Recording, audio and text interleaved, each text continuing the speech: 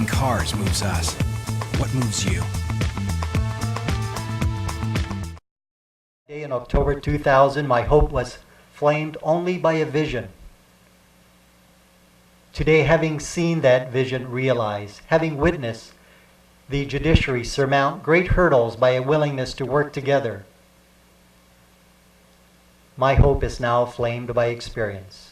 Chief Justice Philip Carbolito's speech resonated with positivity. He focused largely on the judiciary's history of successes during his tenure.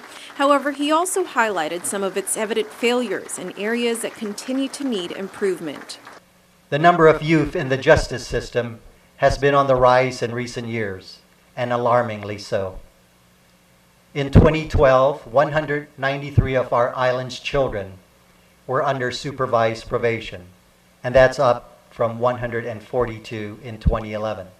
He urged other branches of government to maintain support of its partnerships with the Department of Education. He explains why. Last year, our juvenile drug court received 217 new cases, and the active caseload for our juvenile probation office went from 656 in 2011 to 721 in 2012. Clearly, for the sake of these youth and our community, we must find ways to give these children the support and attention they need to steer them away from a life of crime and drugs.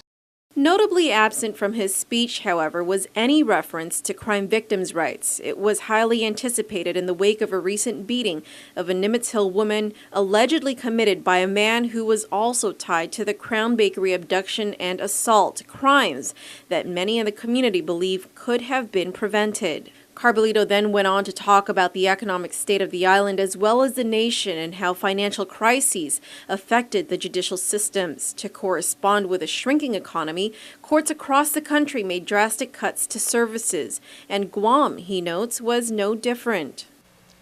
While we were thankfully able to avert the harshest alternatives, such as cutting work hours for our employees, we didn't make serious cuts to operations, eliminating all but the most pressing expenses while still aspiring to provide excellent service.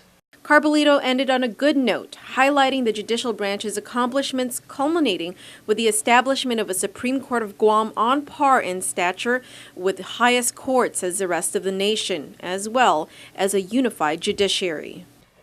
When describing the state of our branch, the descriptions of Chief Justices past, myself included, have ranged from a broken branch in 1998 to being in recovery in 2002.